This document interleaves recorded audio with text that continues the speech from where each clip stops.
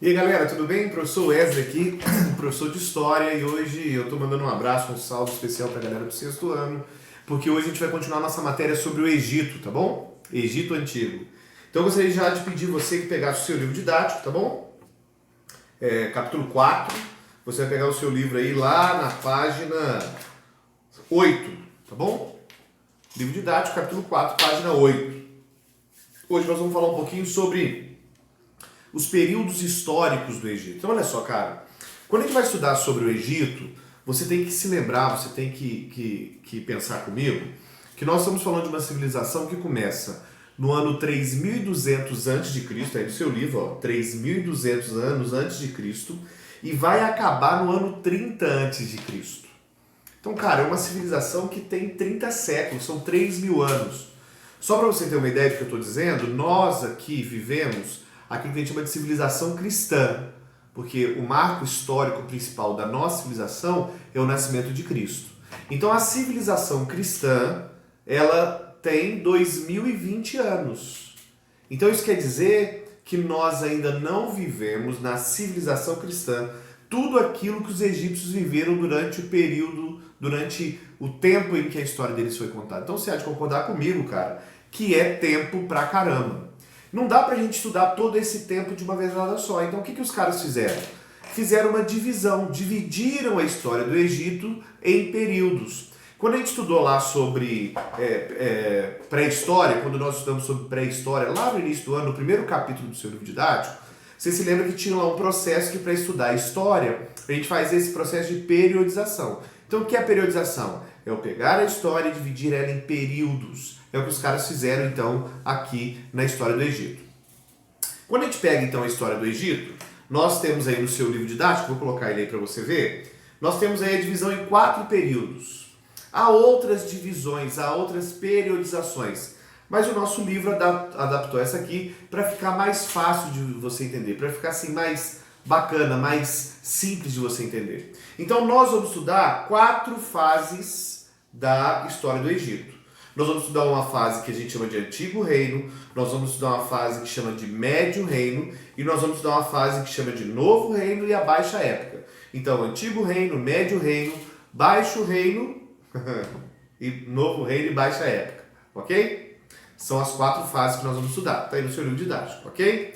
Antes da gente entrar nessa fase aqui, você precisa entender que essa periodização, ela vai inserir a gente, ela vai nos apresentar, ela vai colocar a gente dentro do contexto em que o Egito já está organizado como um império.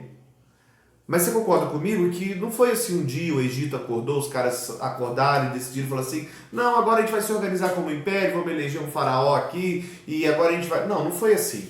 O Egito foi composto por vários povos, inclusive no seu livro didático, eu aconselho você a ler aqui, ó, na página 6, esse trechinho aí que está escrito Você Sabia? Eu aconselho você a ler esse trechinho aí, para você perceber que tanto você sabia da página 6 quanto você sabia da página 7. Pode ler os dois. Há um questionamento muito grande se os egípcios eram negros, se eles não eram negros, se eles brancos. Qual era a fisionomia, qual eram as características físicas dos egípcios? Essa discussão existe porque no cinema, na TV, nos filmes, nos desenhos, normalmente os egípcios são representados como pessoas brancas. Mas se eles são africanos, e nós já descobrimos nas nossas aulas que eles são africanos, como é que pode esses caras serem brancos se eles são africanos e se as pessoas, se os povos que vivem naquela região ali não têm essa característica física branca, de cabelo liso? Então, dá uma olhadinha nesses dois trechos aí, nesses dois insertos aí do seu livro didático e faz uma reflexão sobre isso. Pensa bem, por que será que os caras queriam representar os egípcios como pessoas brancas? O que se sabe hoje é que muito provavelmente o Egito não foi formado por uma só população, por um só grupo, por um só povo. O Egito vai ser a confluência, a união, a junção de povos de vários lugares. Então nós vamos ter várias etnias, vários povos que se reúnem ali para formar o Egito. Por quê? Esses povos migraram de várias regiões para se colocarem, para se organizarem ali ao redor do rio Nilo. Então esses caras vieram, se organizaram ao redor do Rio Nilo, formaram aquilo que a gente chama de nomos. Nós já vimos isso na outra aula também, no Egito Antigo, aula 1. Vou deixar aqui o link dessa aula na descrição para você. Então esses caras eles vão se organizar ali em nomos. Se organizam em nomos e aí eles vão se localizar e nós vamos dividir o Egito em duas regiões geográficas. O Alto Nilo e o Baixo Nilo. O seu livro didático apresenta isso aí também na página 4. Tá vendo aí? Dá uma olhadinha na página 4 do seu livro didático. Nós temos o Alto Nilo, percebeu aí? Ao sul do Egito. E nós temos o Baixo Nilo, ou Baixo Egito, na parte de cima do seu mapa, aí na parte norte. Tá bom? Então o Egito, o Nilo, nasce aqui onde está o Alto Egito. E ele vai desaguar a sua foz, fica aqui no Baixo Egito, beleza? Então essas duas regiões se desenvolvem de maneira distinta. Então os nomos, que são esses grupos, esses povoados, essas tribos, essas aldeias, se organizam formando o Baixo Egito no sul e o Alto Egito no norte. Suave até aqui? Beleza? Então agora nós temos dois reinos, o reino do Alto Egito e o reino do Baixo Egito. Suave? Quando chega por volta do ano 3100, vai aparecer um cara que chama Menés. Menés, então, vai empreender uma guerra, ou seja, ele vai entrar em batalha, e o Menés vai ser o cara que vai conseguir unificar os dois reinos. Então agora eu tenho o reino do Alto Egito e o reino do Baixo Egito unidos sob o governo de um só cara. Eu tenho a centralização do poder, ou seja, só uma pessoa vai mandar. Ok? Essa unificação, então, sob o governo de Menés, lá no ano 3100, vai ser simbolizada pela união das duas coroas. Então, quando você olha a coroa do Egito, você vai ver que a coroa do Egito ela tem uma parte branca, que simboliza o Alto Egito, e você tem uma parte vermelha, que simboliza o Baixo Egito. Então, a coroa que Menés vai usar agora, e a coroa que será usada por todos os faraós, terão duas cores. Uma cor vermelha, que simboliza o Baixo Egito, e uma cor branca que simboliza o Alto Egito. Ok? Beleza até aqui? Suave. Então agora que nós unificamos o Egito, que o Egito tem agora um faraó, ou seja, Menés é o primeiro faraó, e aí nós na outra aula já fizemos uma referência ao faraó, entendemos que o Egito então agora vai ser uma teocracia, porque os caras acreditavam e entendiam que o faraó era Deus, que ele era o Deus encarnado, suave. Então agora nós temos o início das dinastias egípcias. No seu livro, tem aqui na página 8, explicando para você o que é uma dinastia. Vou ler para você. Dinastia é a sequência de governantes da mesma família, cujo poder é transmitido por hereditariedade. O que é hereditariedade? Transferido de pai para filho. Ao longo de aproximadamente 3.000 anos de história, os egípcios tiveram 32 dinastias. Então olha só, o que é uma dinastia? Eu sou faraó, então o meu filho vai ser faraó quando eu morrer. E o filho dele vai ser faraó quando ele morrer, ok? Por que nós temos 32 dinastias? Porque vão haver guerras, conflitos, disputas.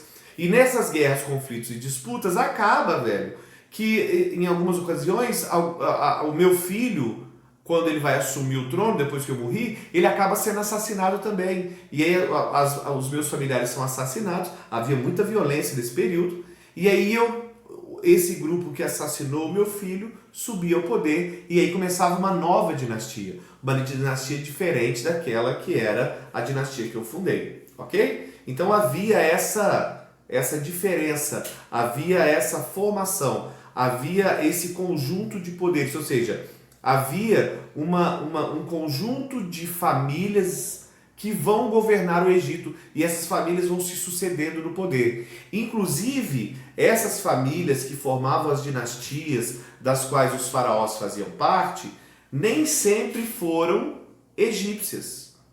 Durante alguns períodos da história, o Egito vai ser governado por faraós que não são egípcios.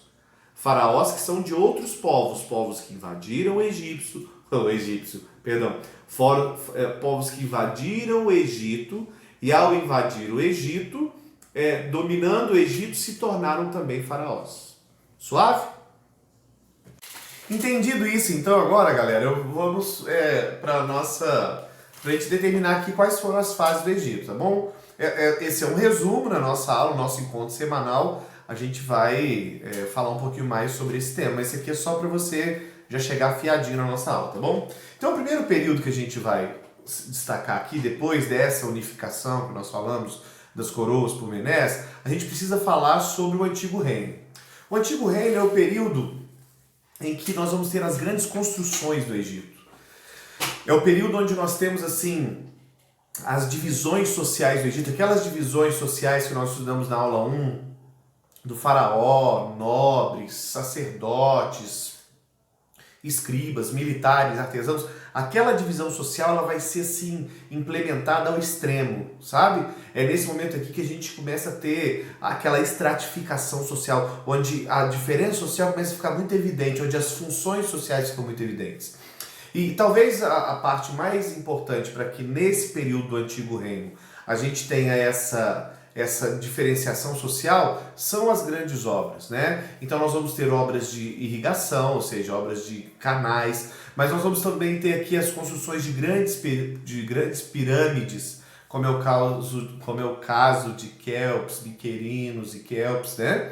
Como é o caso também da própria Esfinge, ou seja, nós temos nesse momento uma massa de camponeses e escravos. Até hoje há muita discussão sobre essa questão dos escravos, mas há uma massa de camponeses e escravos que vão trabalhar de maneira intensiva e ostensiva na construção de grandes obras. Essa exploração, inclusive no Egito, é uma coisa muito interessante porque até o ritmo do trabalho nas obras no Egito ele era datado e ele era ditado pelas cheias e pela seca do Nilo.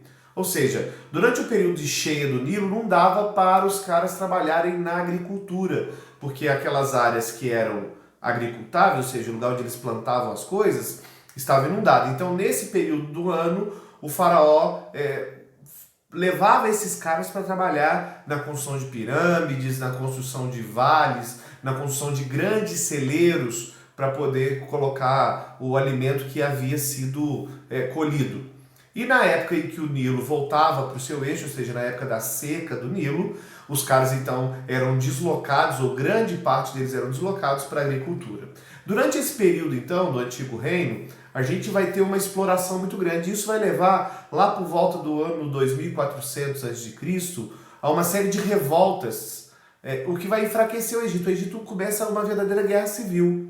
E esse enfraquecimento do Egito vai levar alguns povos que estão ali ao redor, porque eu já disse isso para você, o Egito, a região do Egito é uma região muito cobiçada, porque ali tem o Rio Nilo, que é uma região muito fértil, vai levar essa galera que está nessa região em volta a querer cada vez mais invadir o Egito. Então agora nós temos várias invasões do Egito e nesse momento aqui se destaca um povo que se chama Ixos. Então os Ixos, se aproveitando desse período, né, de instabilidade que houve dentro do Egito, eles vão vir ali da região da Ásia Menor e vão acabar invadindo o Egito. E nós vamos ter ali um período de dominação dos Ixos entre 1750 e o ano 1500. Nós vamos ter quase 250 anos de dominação dos Ixos. É bom lembrar que bem antes, um pouquinho antes da dominação dos Ixos por conta dessas invasões no Egito, os egípcios também, sob a liderança de Tebas, da cidade de Tebas, vão invadir uma região que é a região da Núbia. E essa região da Núbia, tudo isso dentro do Médio Reino, beleza? Médio Reino. Então, essa região da Núbia, que é uma região na África também, ela é muito conhecida pela presença de ouro. Então, é um período onde a exploração do ouro vai ser muito grande. É um período em que o Egito se enriquece muito. Então, um dos motivos dos Ixos quererem invadir o Egito é a riqueza alcançada pelos egípcios da Núbia. E aí eu queria abrir um parênteses aqui e destacar a figura feminina.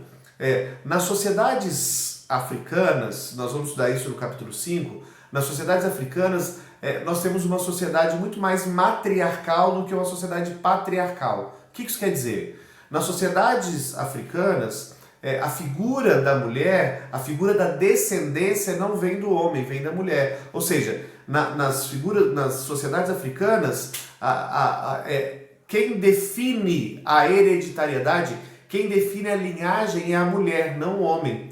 Porque, você acha que concordar comigo, nesse tempo não tinha exame de DNA. Então era muito mais fácil comprovar que o filho era da mãe do que do pai.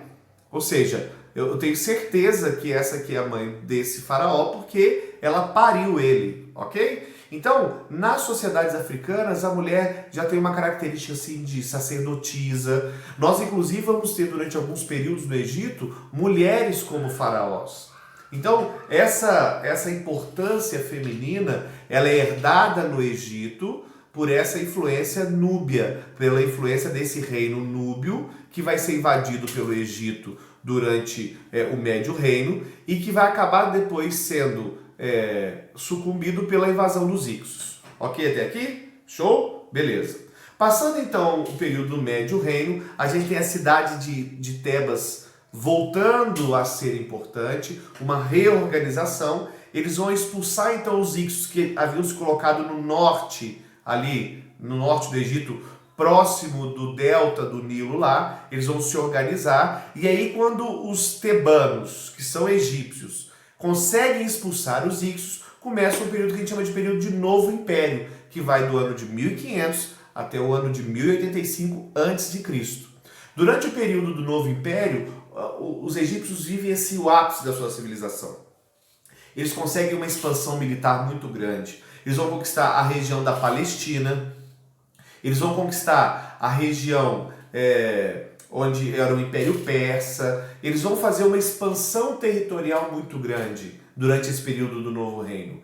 Só que, para essa expansão acontecer, para que o controle sobre esse império acontecesse, porque o império expandiu muito, os faraós começaram a cobrar novamente muitos impostos, porque houve assim um estímulo à arte, houve um estímulo à construção, a necessidade de grandes obras de novo, grandes construções, grandes pirâmides, grandes celeiros, e a exploração sobre os servos, mais uma vez, cresceu. Ficou muito grande essa exploração. Como a exploração aumentou muito, a população, os servos e os escravos, insatisfeitos com essa condição, começam novamente uma série de revoltas populares. Então você vai perceber que, apesar da gente estudar que o faraó era uma figura divina, que os caras se submetiam ao faraó, por muitos momentos, por muitas vezes, nós vemos os caras aqui se revoltando contra o faraó. Nós vemos a população, ou seja, a gente quando estuda essas sociedades antigas, a gente tende a simplificar as ideias. O faraó era visto como um deus, o faraó tinha o seu papel e o seu lugar na sociedade, mas o faraó não era inquestionável. Portanto, que nós temos aqui uma série de revoltas. Nós tivemos revoltas no Antigo Reino, nós tivemos revoltas no Médio Reino e agora nós temos revoltas no Novo Império. Só que, velho, eu gostaria de lembrar você que toda vez que eu tenho uma revolta interna, ou seja, toda vez que a gente briga entre a gente se enfraquece. Então, quando a gente se briga entre nós, a gente se enfraquece. E quando a gente se enfraquece, dá a possibilidade de outros povos dominarem a gente. Eu já disse para você, vou lembrar, os caras vivem numa região que é muito cobiçada, que é uma região fértil no meio de um monte de deserto. Então esses caras vivem numa região que, se eles enfraquecerem o exército, rapidamente tem alguém para invadir. E é o que vai acontecer. Então lá no ano de 1167, essas revoltas populares vão começar um período de declínio do Império Romano e a gente chega na Baixa Época.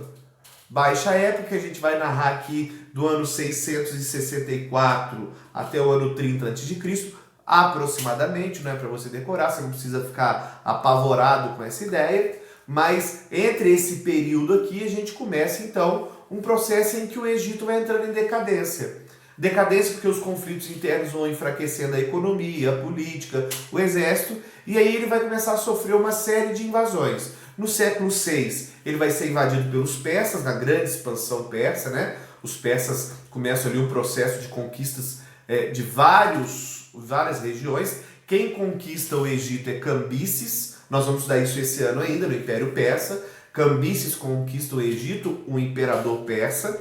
E depois que os persas conquistam o Egito, os persas serão conquistados pelos gregos, Alexandre o Grande, que inclusive vai se tornar faraó do Egito, Alexandre o Grande que vai fundar uma cidade no Egito com seu nome chamada Alexandria, Alexandre o Grande que era um sujeito que vai respeitar muito a cultura egípcia, então boa parte da cultura egípcia que a gente tem conhecimento foi preservada e foi disseminada por Alexandre, mas Alexandre também traz parte da cultura grega para dentro do Egito, então depois dos persas, Alexandre ali pelo século IV, 334, ele domina o Egito, se torna faraó egípcio, ele acaba deixando um herdeiro, né? E aí ele começa uma dinastia que chama dinastia Ptolomaica, da qual uma das personagens mais importantes e mais famosas do Egito vai fazer parte, que é a Cleópatra.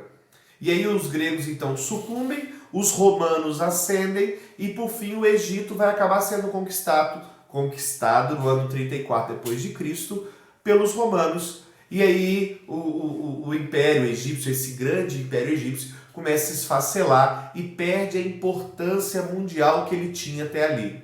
Então não é que o Egito acabou, não é que o Egito deixou de existir, o Egito existe até hoje enquanto país, o Egito até hoje tem uma população extensa, até hoje o rio Nilo é a principal via, o principal vetor de crescimento e de produção e de trabalho do Egito, mas o Egito nunca mais retomou essa importância mundial, essa importância histórica que ele desempenhou lá entre o ano 3000 a.C. até o ano 34.